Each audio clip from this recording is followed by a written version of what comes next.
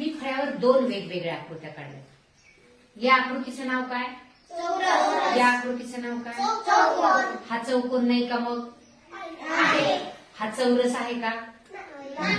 आता बघा, आपल्याला स्पर्धा परीक्षेमध्ये प्रश्न विचारला जातो की दिलेल्या आकृतीमध्ये चौकोनाची संख्या मोजा. मग आता हा चौरस आहे, याला आपण नंबर देऊन घेऊया. 1 2 3 4. 1 2 3 4. 2 ची जोडी 2, 3 ची जोडी 3, 4 ची जोडी 4. या 1 ला जोडी आहे का? आहे का? नाही. म्हणून तो 1 जसा तसा लिहायचा. अधिक 2 गुणिले 2 किती? 4. म्हणजे 2 चा वर्ग 4. अधिक 3 गुणिले 3 म्हणजे 3 चा वर्ग 9. अधिक 4 गुणिले 4 म्हणजे 4 चा वर्ग 16. आता याची करायची बेरीज, फास्ट बेरीज. कोण करते बघा? 16 आणि 9 25. 25 मध्ये 4 मिळवले 29 आणि 1 30.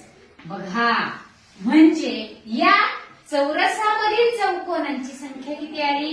30. आता आपण या चौकोनाकडे जाऊ. याला पण असेच नंबर द्यायचे म्हणा. 2 3 4 5 6.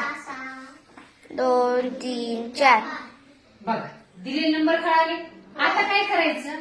या सगळ्यांची बेरीज करायची. करा. 6 आणि 5 11 मध्ये 4 मिळवले 12 13 14 15. 15 मध्ये 3 मिळवले 18. 18 मध्ये 2 मिळवले 20 मध्ये 1 मिळवला 21. उभी करा बेरीज. 4 आणि 3 7 मध्ये 2 मिळवले 9 आणि 1 10.